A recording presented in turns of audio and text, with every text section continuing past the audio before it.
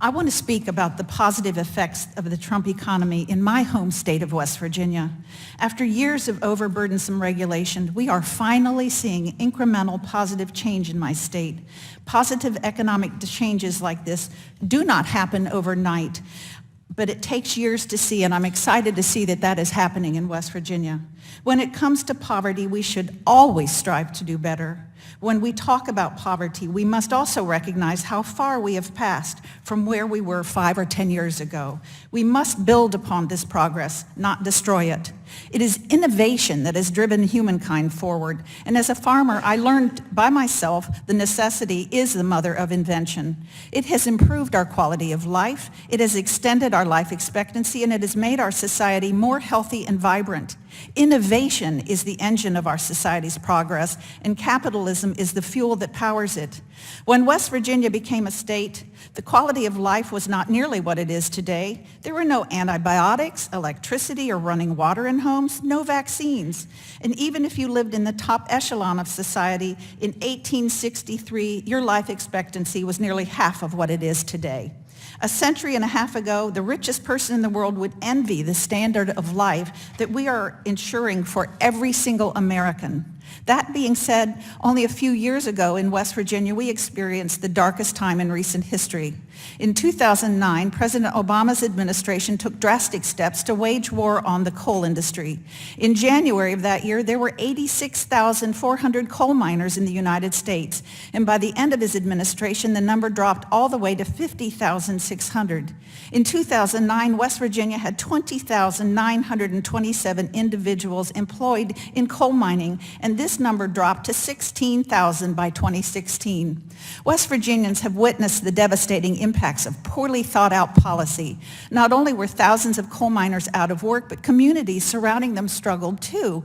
Machine shops, grocery stores, motels, clothing stores, all the surrounding businesses suffered. Sometimes they were shuttered completely as a result of disastrous policies. Small business and entrepreneurship are the heart and soul of our towns, and the war on coal collapsed these communities like dominoes.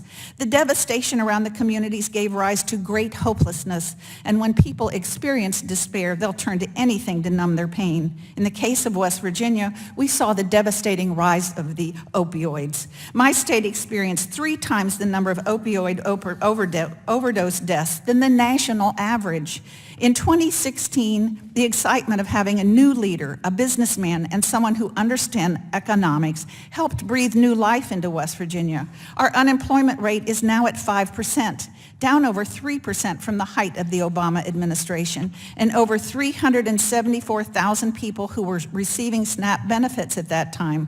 Since Trump's election, we've seen the number decrease by 315,000. This decrease means that more individuals have the opportunity to work and provide for their families.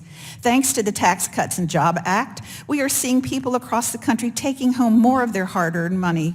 Furthermore, the administration has drastically reduced these overburdensome regulations and made our country more business-friendly. The economy and the competition it has created has increased wages 5% annually for workers in West Virginia. It's hard to argue with the numbers. As I discussed earlier, innovation is crucial to move our country forward. The President has given businesses the opportunity to create new jobs and build life-saving solutions to further increase the quality of life. And certainly there are still many individuals and many families who are struggling, and we must continue to move forward and help them. But I must say that West Virginia is doing better.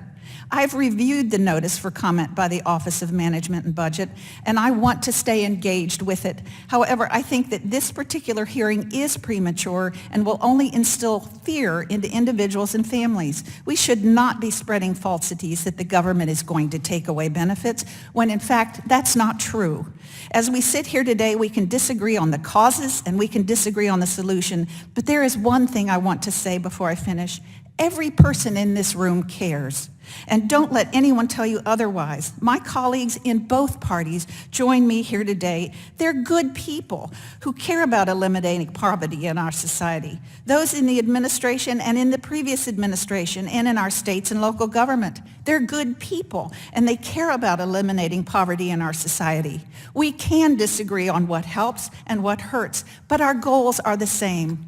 I know that a strong economy is the best way to lift our neighbors and friends out of poverty. We must support an environment with stable tax policy where businesses can create jobs and good-paying wages and where competition helps spur innovation. The only thing that has ever lifted people out of poverty is opportunity and the desire to achieve more. Our goal must be to provide that path for every American to walk down. Thank you, Chairman Connolly.